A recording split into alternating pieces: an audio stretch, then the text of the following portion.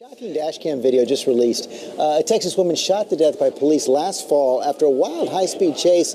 Her family maintains there was no reason for her to die, has filed a lawsuit, and we do want to warn you this video is disturbing. ABC's Cecilia Vega has the story.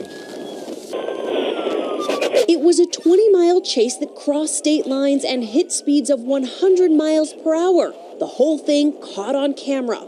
Officers from Denver City, Texas, in hot pursuit all the way into New Mexico, chasing 35-year-old Amy Reyna, wanted for probation violations, including for burglary. But this morning, Reyna's family is suing police for the way this chase ended. The dashcam video that recorded every moment of last October's shooting, obtained by ABC's Lubbock affiliate, KMAC. Watch as Reyna drives off the highway and into an open field. Her tires blown out, she comes to a stop. Officer Ryan Taylor draws his gun and shoots into the engine. Moments later, he fires again, straight through the windshield, hitting Reyna, her car rolling to a standstill. She was pronounced dead at the scene. An autopsy found methamphetamines in her system. Taylor told investigators he thought Reyna had a gun. I fired, and she's still reaching for, she's picking something up. She's grabbing something, and that's when I fired that last round. But an investigation determined Reyna was not armed. And Taylor also told investigators he did not have a clear view into her car when he fired. He remains on the job, but could face charges in the future. The video of the shooting does not match his statement. If Officer Taylor clearly had a fear for his safety, he would have taken cover. A lawyer for Taylor told ABC News, Ryan protected himself and the other officers in the situation and was not responsible for the events that occurred. Amy Reyna was. And that's just a kind of a snapshot of what was happening. So in this case, you're really going to have to rely on what's on the videotape and what the other officers who were there, what they observed. A high-speed chase that may have a very long legal road ahead. For Good Morning America, Cecilia Vega, ABC News, Los Angeles. Right now, Michigan State Police are working to help a family make sense of a highway tragedy that killed their loved one. Last week, 21-year-old Jared Ford was killed while merging onto US 131 in Plainwell after a wrong-way driver slammed into his Mustang head-on. State police released the heart-stopping dashcam video showing the horrific crash on Tuesday.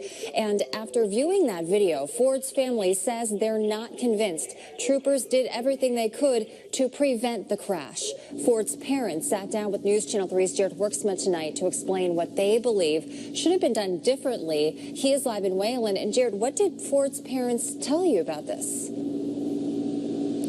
Well, Kate, you can see in the video that one of the troopers passes Ford's Mustang as it's getting on to US 131, and they think very simply that trooper should have taken the time to stop and let Ford know about the danger that was ahead. And so what we did is we broke down the video from the two troopers' vehicles second by second. Our hope is that it gives people a chance to judge for themselves whether or not more could have been done. The countdown starts with the call from dispatch. Trooper number 1 is 6 miles north of D Avenue doing an unrelated traffic stop. After warning the driver, he gets back in his car less than a minute and 30 seconds before impact. Trooper 1 drives 41 seconds at more than 100 miles per hour before going under the M89 overpass.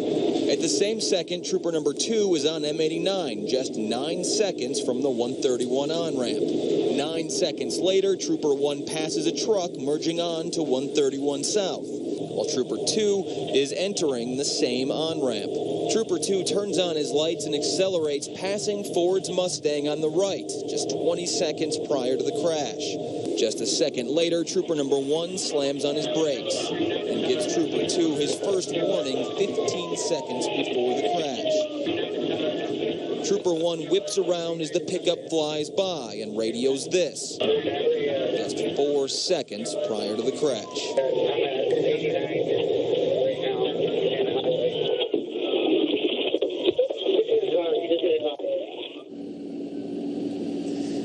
Now, because of the controversy surrounding this crash at this point, Michigan State Police is having everything go through Lansing headquarters. Here is a statement. It says, due to the urgency of this situation, the goal of responding officers was to stop the wrong-way driver with the hopes of preventing a crash.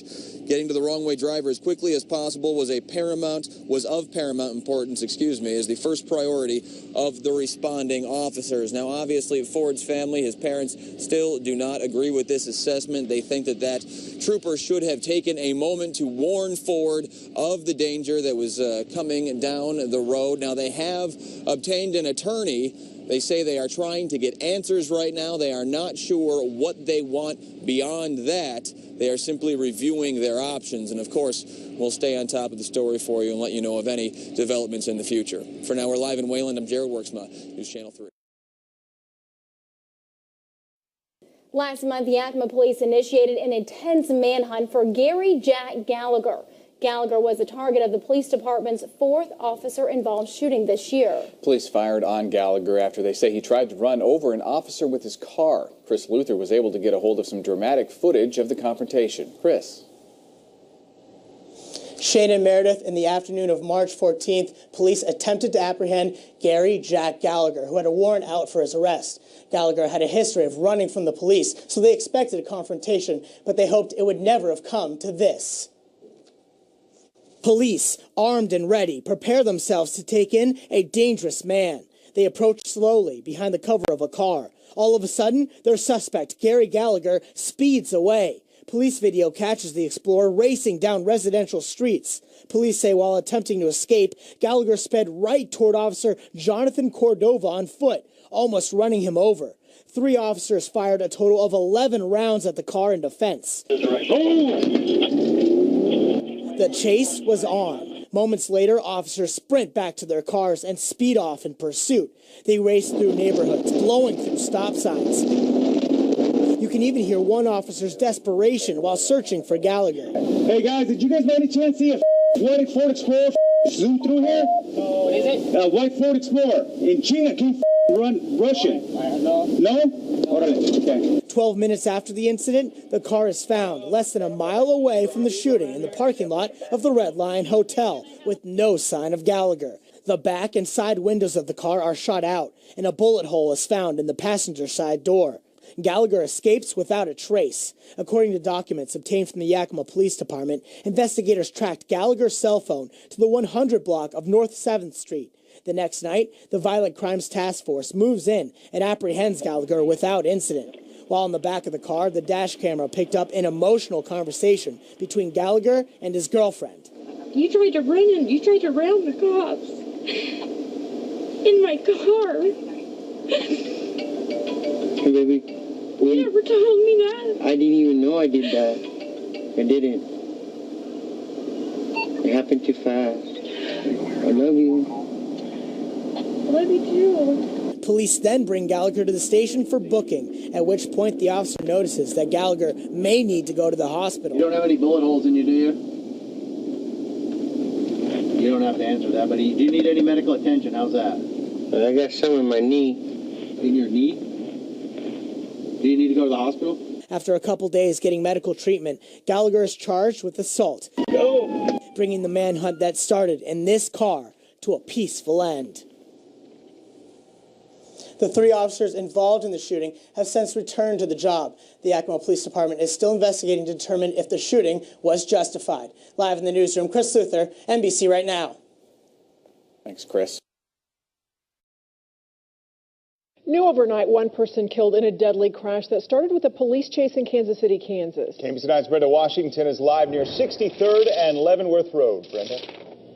Well, guys, I can tell you that Kansas Highway Patrol says a 7-year-old girl died in a crash that happened right here at 63rd Leavenworth Road. This is where the suspect was heading northbound on 63rd. The minivan was heading east on, north on Leavenworth Road, with the minivan with the mom and her 3 kids heading north right here at 63rd. Now, this started with the police chase about a mile from here on Parallel. Now, when the suspect got here to 63rd and Leavenworth, they say he ran a red light, crashed into that minivan. That minivan, again, a mom, her 3 kids inside, were told.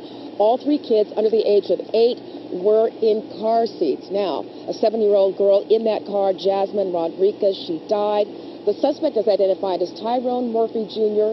of KCK. He is 27 years old. We spoke with a man who says he was here and he heard that crash. It sounded like gunshots almost, and so I rushed out of my work, and whenever I got out here, it was just a car accident, but it was loud enough to where it sounded like gunshots. Now we're back here live at 63rd and Leavenworth Road. You can see the debris that's left over from that crash. We've got oil in the street. There's debris. There's glass. There's also a traffic signal that's down. Now that suspect, again, named, or identified, I should say, as Tyrone Murphy Jr. of KCK. He was also taken to the hospital to be treated for his injuries. I'm told he is now in police custody, and this is still under investigation. Again, 8:30 last night, police were trying to stop him for a traffic violation when he was fleeing from police. Brenda Washington, KMBC 9 News.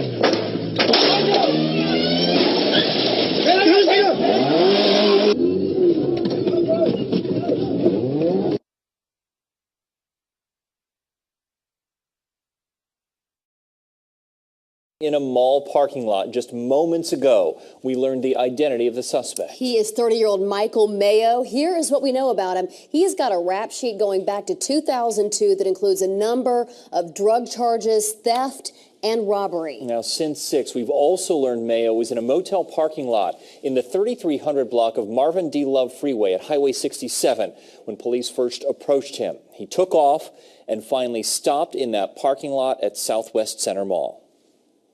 This all played out on live TV this afternoon right here on NBC5. Chopper 5 was right above this from start to finish. Mayo stopped several times, allowing police to gather behind the getaway car before taking off again. The situation hit a fever pitch when Mayo got out of the car and put a gun to his head. He got back in the car. Then he exited the car a final time. We will not show you the deadly shots that ended his life, but you can hear just how many times police fired their weapons.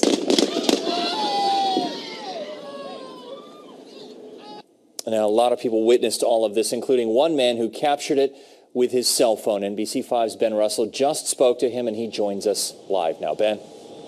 Brian, that witness, one of several people who was here, trapped essentially in the Sears parking lot of the mall as this all played out. And he and just about everybody tells us they saw the same thing. Dallas police standing about where I am here with their guns pointed at this man who, if we follow the beam of my flashlight, he was in his car about right out there.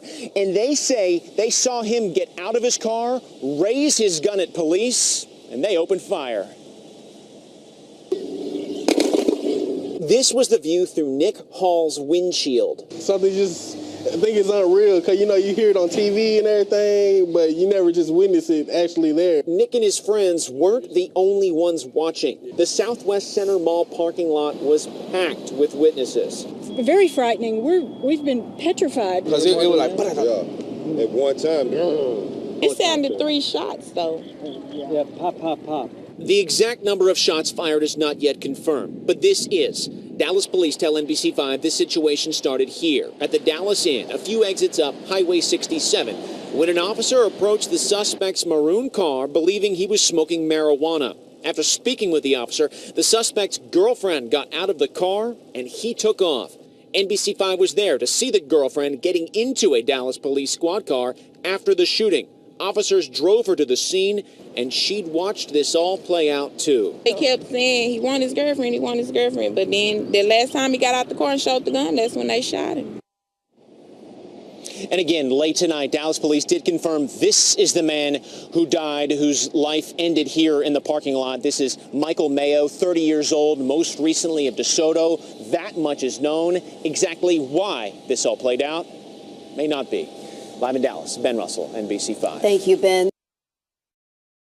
Now to a high-speed chase caught on camera in Marion County. Deputies say the driver reached speeds of 130 miles per hour after they tried to pull him over for not having on headlights.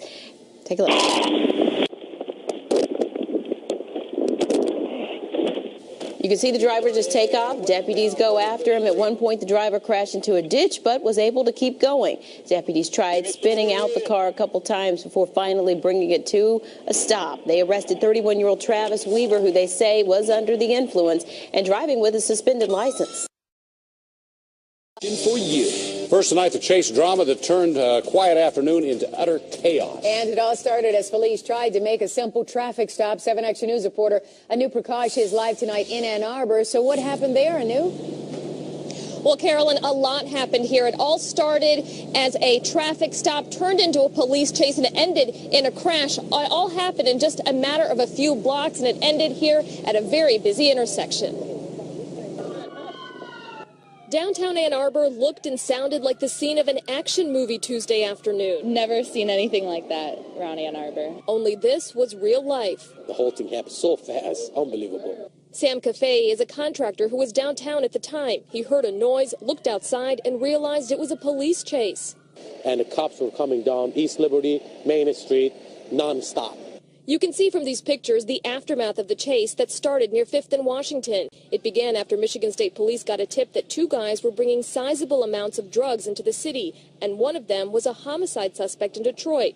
When they tried to make a traffic stop, those guys took off and police went after them.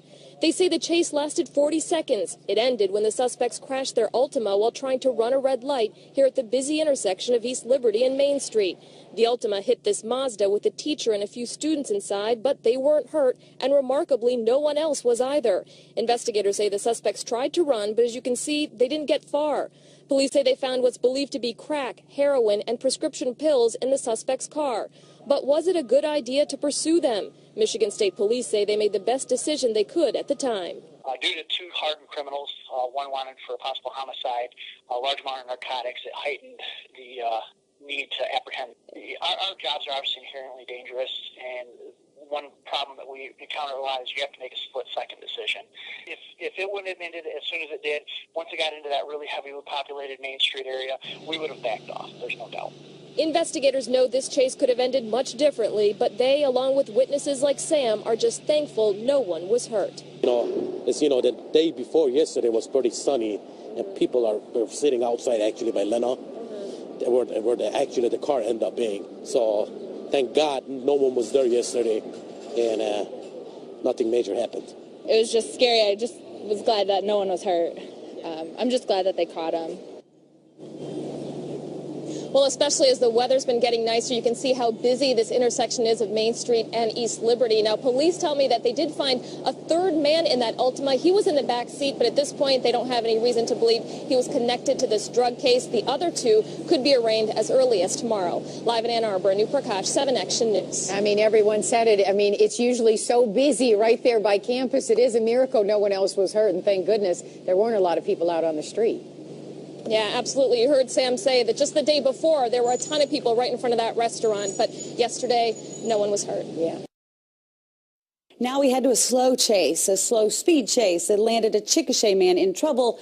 It only ended when the man pulled into his driveway. But wait, the story continues. Chickasha police have released the dash cam video of the incident. And News Channel 4's Shelley Mills caught up with the suspect who tells us why he refused to stop. Police say the initial call came from this Dollar General. A man reported to be intoxicated, got into his car, and then drove away. You can see him look back at her, and he just keeps on going. It was not too far away. The car was spotted by a Chickasha police officer, though the driver refused to stop. Despite lights and sirens running, he slowly continued, eventually pulling into his driveway. People think if they're close to home, if they just go ahead and make it home, they're going to be all right, but that's not true at all. You can hear as an officer demands the suspect, Justin Powell, get out of the vehicle. You can also hear Powell refuse to cooperate. Get on the ground! I don't think so. Eventually, another officer arrives and Powell is taken into custody. The officer says she could smell alcohol and his speech was slurred. Powell was not willing to cooperate. Demanding over and over again officers read him his rights. And I know for a fact my Miranda rights. So start speaking them.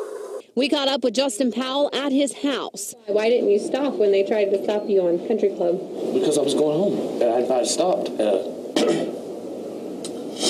my car would have got impounded. Justin says he knew they were going to arrest him because someone at the Dollar General told him they were calling police. So why did they think you were drunk? Because they always think I'm drunk. He assures us he had not been drinking and tells us he thinks the whole investigation is, well... I think that's bull. Shelley Mills, News Channel 4. Powell refused to take a sobriety test and was booked into the Grady County Jail on counts of driving under the influence, attempting to elude and resisting an officer.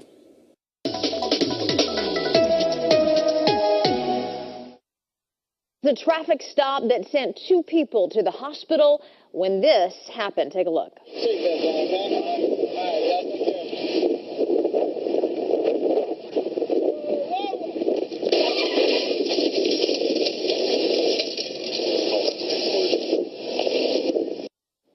A distracted driver plows into a police cruiser. Somehow, that officer walked away. KOCO's Morgan Chesky is in Midwest City to explain.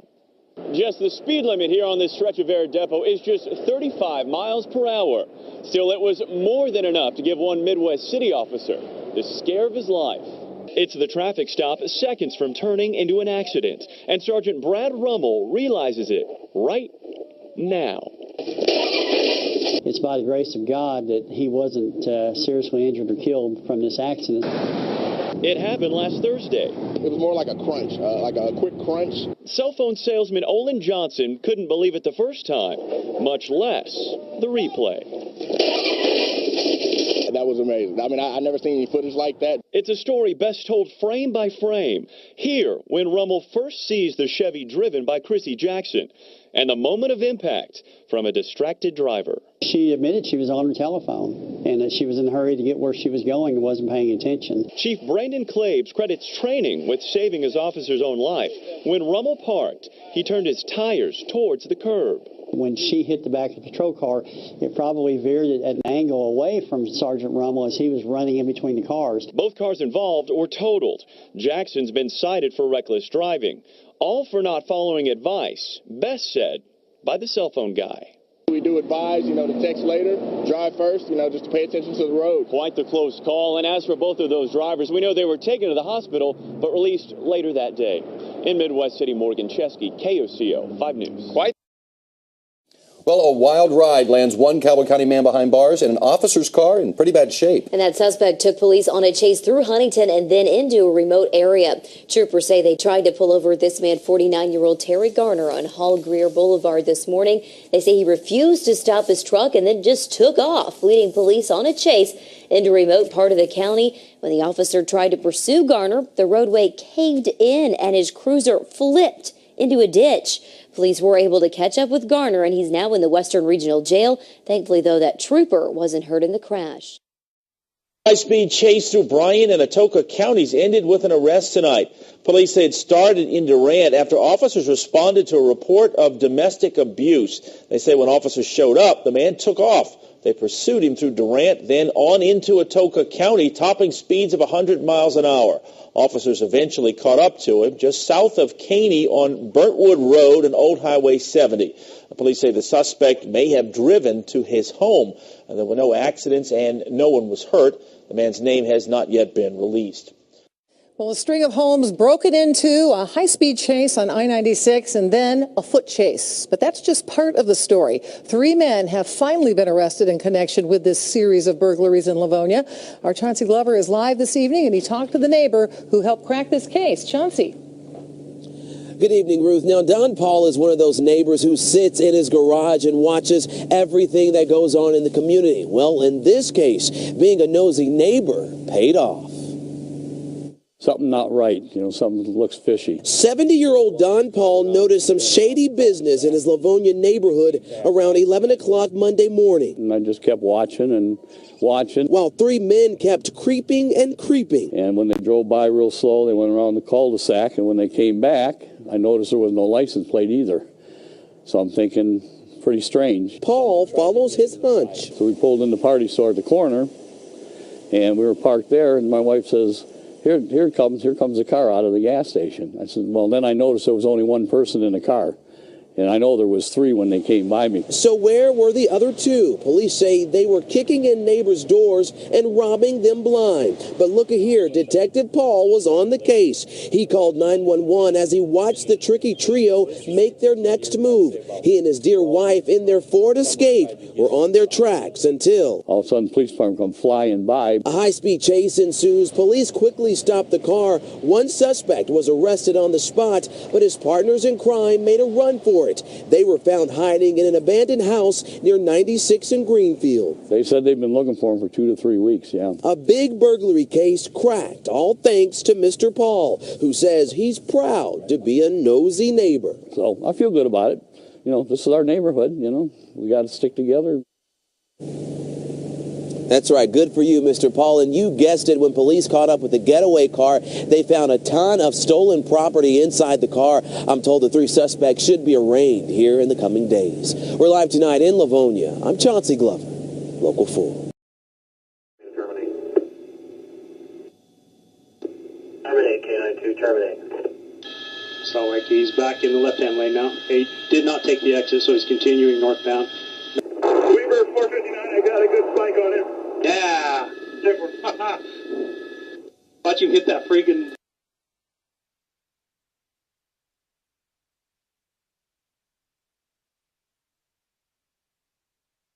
He's taking the off-ramp. He's in the right hand. He lost the wheel. Lost the wheel. He's in the right-hand emergency on the ramp. Copy right-hand wheel. Coming to a stop at the intersection. He's coming up to a stop at the intersection. Looks like he is going to go left. He's going left, heading westbound. 573 400 north, they're westbound. He's still continuing westbound. He's still continuing westbound on 400. Westbound on 400. Missing his back right tire. He's got both traffic coming both ways. He's just passing a large dump truck on the left-hand side. His right rear tire is out. Yeah, I'm going to stay stationary 400 north. He is still westbound, still going at a high rate of speed. Right rear tire is out. He's stopping. Looks like he's stopping. Stopping at 3650. Stopping just west of 3650. They're bailing. Exited the vehicle. They're going southbound at 3650, going towards the house. They're approaching a residence just west of 3650. Two males on foot, black shirts. Can't tell what color pants they're wearing. Looks like one's got shorts, brown shorts. Any visual on a gun? Negative. No visual on a 1088. Coming up on your left. Coming up on your left now. He's standing out in the middle of the horse pasture just waiting for you, it looks like.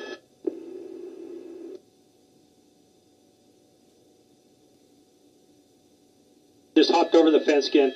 Okay, we be advised, he just hopped over the fence. He's headed back towards the residence. He's not in the corral anymore. He's going back towards the vehicle. He's coming out towards the vehicle in the driveway. What color was the vehicle? Vehicle's gray. You'll see a green trash can tipped over, gray vehicle. This guy's walking out to the road. He's on the ground, getting on the ground now. Getting on the ground. Okay, be advised, you still have one outstanding back by the tree. One still. Move south. He's back by the tree on the back of the house. Move south.